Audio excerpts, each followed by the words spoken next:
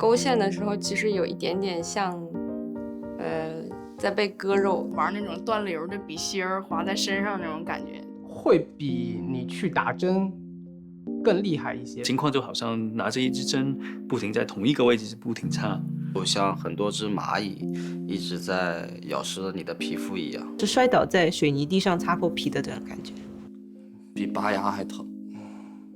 我第一次纹身的是13岁的时候吧，就看了一部电影，里面的角色都是大面积的纹身，我觉得男人就应该是这样，就是要这么帅。非常强硬的纹了一个老虎，因为自己属虎的嘛。我是曼联的球迷，然后我自己看曼联的比赛已经10几年了。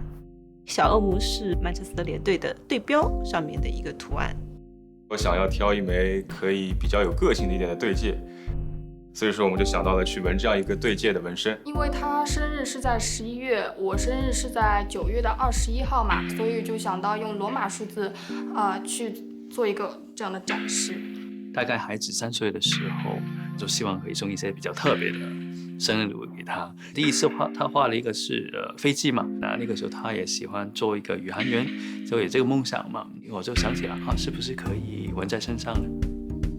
因为我们家都是信佛的，大师就跟我说，每个人身上都跟了一个就是以前的一个灵物，然后他就说我身上跟了一只鸟，然后一只熊和一只马。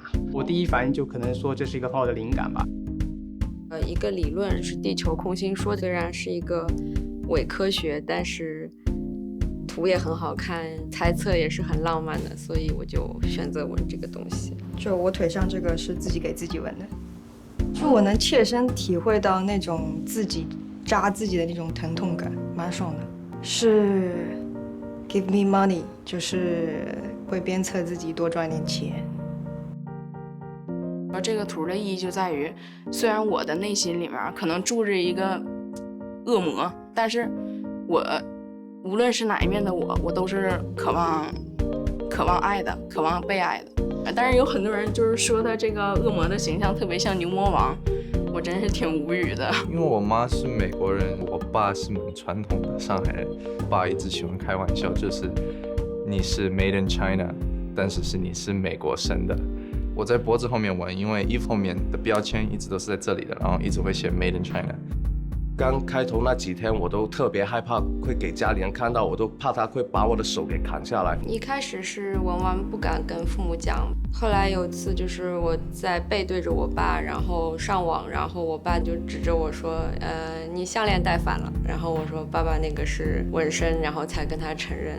然后他就说那以后就不要纹了。然后我说好。我爸，我纹了以后没办法生气。他有时候在家里说你纹干嘛，难看死了。但是我们出门的时候，他都会给朋友看照片，都会叫我把衣服脱了给朋友看。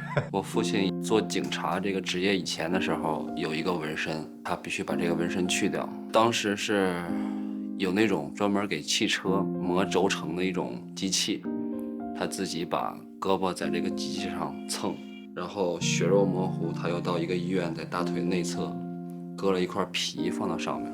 我当时觉得这件事肯定给他造成了特别大的痛苦，他肯定会不喜欢纹身这件事。大4的时候纹了第一个纹身之后，就大概能有5年，我基本都没有在我父母面前穿过短袖，只在冬天的时候回家。有一次他说你是不是有纹身了？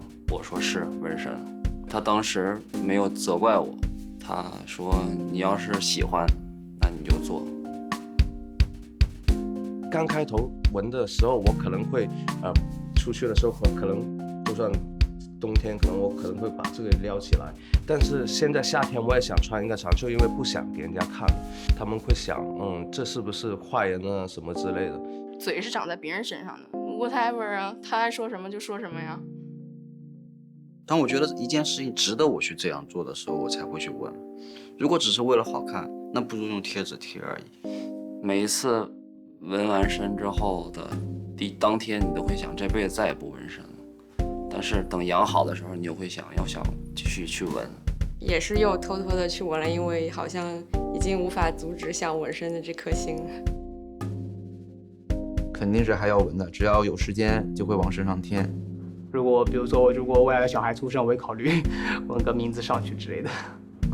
因为我养了很多狗，然后我最喜欢的一只呢，我想把它的头像纹在我的肩膀上，因为狗的寿命不会很长，也许再过个10年它就没有了。我在10年之内应该是可以完成这件事。